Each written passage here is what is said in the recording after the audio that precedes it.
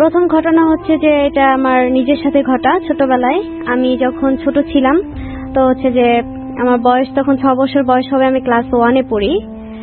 তখন হচ্ছে যে আমার সন্ধ্যাবেলা এটা, তো আমার আম্মুর কাছ থেকে আমি টাকা নিয়েছি যে কলম কিনতে যাব দোকানে, আমার কলমটা শেষ হয়ে গেছে। তো যখন আমি কলম কিনতে যাই সন্ধ্যাবেলা, তখন ওইখানে একটা আমাদের গ্রামে একটা তাল গাছ আছে। ওই তাল গাছটা মানে অনেক বছর যাবত ধরে আছে, কিন্তু কখনো কোনোদিন ওই গাছে তাল ধরে না আর কি। তো আমি যখন দোকান থেকে ফেরার পথে ফিরে আসি বাসায়, তখন অনেকটাই সন্ধ্যা হয়ে গেছে, মাগরিবের আজান পার হয়ে গেছে, যার কারণে হচ্ছে যে ওইখানে পুরোটাই আর কি ফাঁকা জায়গা। আমার খুব ভয় লাগতেছিল, আর মানে আমি কিছু একটা দেখতে পাই যে তাল গাছের ওইখানে কিছু একটা ছায়ার মতো ঘোরাঘুরি করতেছে। তো আমি এটা ভয় পেয়ে দৌড়ে চলে আসি বাসায়, আম্মুকে আর কিছু বলি না। তো আম্মুকে কিছু না বলে আমি ঘুমাই যাই ওই রাতে। তো রাত 12টা বাজে যখন আমার আম্মু জাগ্রত হয়ে দেখে যে আমি ঘুমের মধ্যে বলতেছি যে বলিস না এই কথাটা 3বার বলছি। তো আম্মু বলতেছে যে কি হয়েছে, এরকম কথা কেন বলতেছে ঘুমের মধ্যে। তো তারপরের দিন থেকে যখন আমি স্কুলে যাই, একা একা স্কুলে যাওয়া আসা করতাম। তো সবাই আমার সাথীরা যারা ছিল তারা অনেক আগেই চলে যাইতো, আমার লেট হইতো দেখা। তো যখন আমি একা একা পথে যাচ্ছিলাম পথে, স্কুলের পথে, তো বাস যাচ্ছিল, এখানে অনেক বাস যাচ্ছিল। তো আমি আমার সাথে কেউ নাই, আমি একা রাস্তায় শুনতে পাচ্ছি যে আমার পিছনে অনেকজন হেঁটে আসতেছে, মিনিমাম 10-12 জন হাঁটার শব্দ। তো আমি ভাবতেছি হয়তো পিছন ফিরে তাকাচ্ছি না, আমার একটু লজ্জা বোধ হচ্ছে, হয়তো স্কুলের বড় ভাই বোনেরা, আপু বড় আপুরা ওরা আসতেছে, তো আমি লজ্জা পেয়ে তাকাচ্ছি না। কিন্তু আমার মনে হচ্ছে যে আমার আওয়াজ, কোনো লোকের আওয়াজ আসতেছে না, শুধু হাঁটার শব্দ আসতেছে, যে কেউ হাঁটতেছে 10-12 জনের মতো আমার পিছনে পিছনে হাঁটতেছে, হাঁটার শব্দ, কিন্তু কেউ কোনো কথা বলে না। তখন আমি লক্ষ্য করলাম যে যদি কেউ এসেই থাকে আমার পিছনে, তাহলে তারা অবশ্যই কথা বলবে, কিন্তু আমি আধা ঘন্টা ধরে হাঁটতেছি যে আমার পিছনে কেউ কথা বলে না কেন। তো তখন আমি পিছন ফিরে তাকিয়ে দেখি কেউ নাই। আমি যখন থেমে যাই তখন সেটা মানে আওয়াজটাও থেমে যায়, আবার যখন আমি হাঁটি তখন সেটা আমার সাথে সাথেও হাঁটে। তো এরকম করে করে আমি সেই দিন খুব ভয়ের মাঝখান দিয়ে স্কুলে যাই।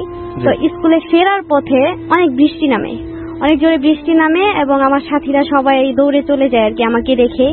তো আমি যখন বৃষ্টির মধ্যে একা একা আসতেছিলাম, তখনও সেই একই কাহিনী, আমার পিছনে পিছনে হাঁটে 10-12 জন হাঁটার শব্দ, কিন্তু কোনো আওয়াজ হয় না, মানে কথার কোনো শব্দ নাই।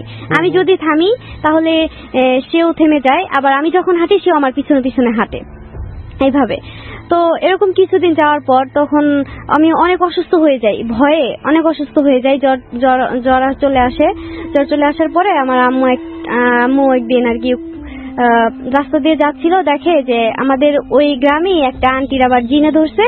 ওই আন্টিটাকে জিনে ধরে অন্য এলাকায় নিয়ে চলে গেছে। তো একটা কবিরাজ এতটুকু একটা প্লেটের মধ্যে কয়লা জ্বালিয়ে, তো মাঝখানে মোমবাতি দিয়ে মন্ত্র পড়তে পড়তে আর কি ওনাকে নিয়ে আসছে, ওই আন্টিটাকে নিয়ে আসার পরে তখন আম্মু ভাবলো যে আমার মেয়েটার এরকম এই অবস্থা, তাহলে দেখাই কবিরাজটাকে কি বলে। তো তখন আমাকে ওই কবিরাজের কাছে আম্মু নিয়ে যায়। তখন আমি তো ছোট মানুষ, আমার উপরে হাজির করাইলে তো আমার কষ্ট হবে, তো ওই কবিরাজের সাথেই আর কি হাজির করায় জিনটাকে।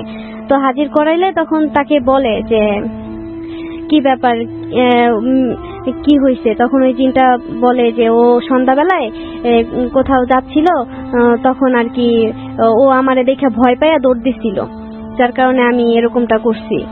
তো ভয় দেখাইতে চাইছিলাম, মানে ও তবুও ভয় পায় না, মানে আমি একটু ছোটবেলা থেকে একটু সাহসী আর কি। তো যার কারণে পরে বলতেছে যে তুমি ওকে মানে কষ্ট দিও না আর বিরক্ত করার চেষ্টা করিও না, কিন্তু ওই জিনটা অনেক বাজে ছিল, সে কথা শুনতে চায় না। পরবর্তীতে ওই কবিরাজ আমাকে একটা তাবিজ দেয় আমার শরীর বন্ধ করার জন্য।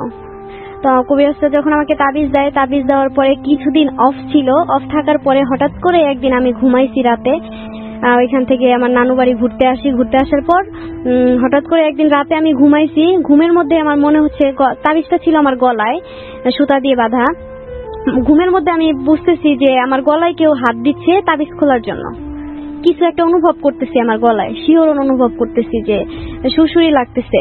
তখন আমি ঘুম থেকে উঠে দেখি যে সুতাটা গলা থেকে খোলা, অথচ সেই সুতাটা বাঁধা হয়েছে 7টা গিরো দিয়ে।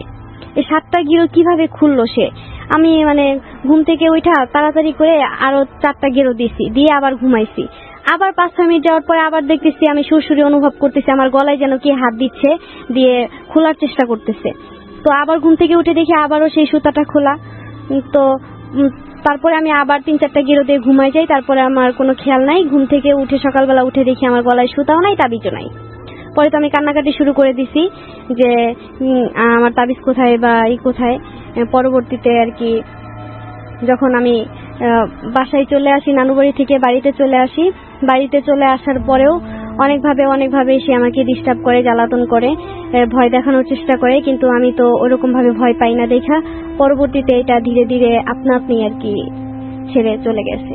এই ছিল আমার প্রথম স্টোরি, প্রথম ঘটনা। জি।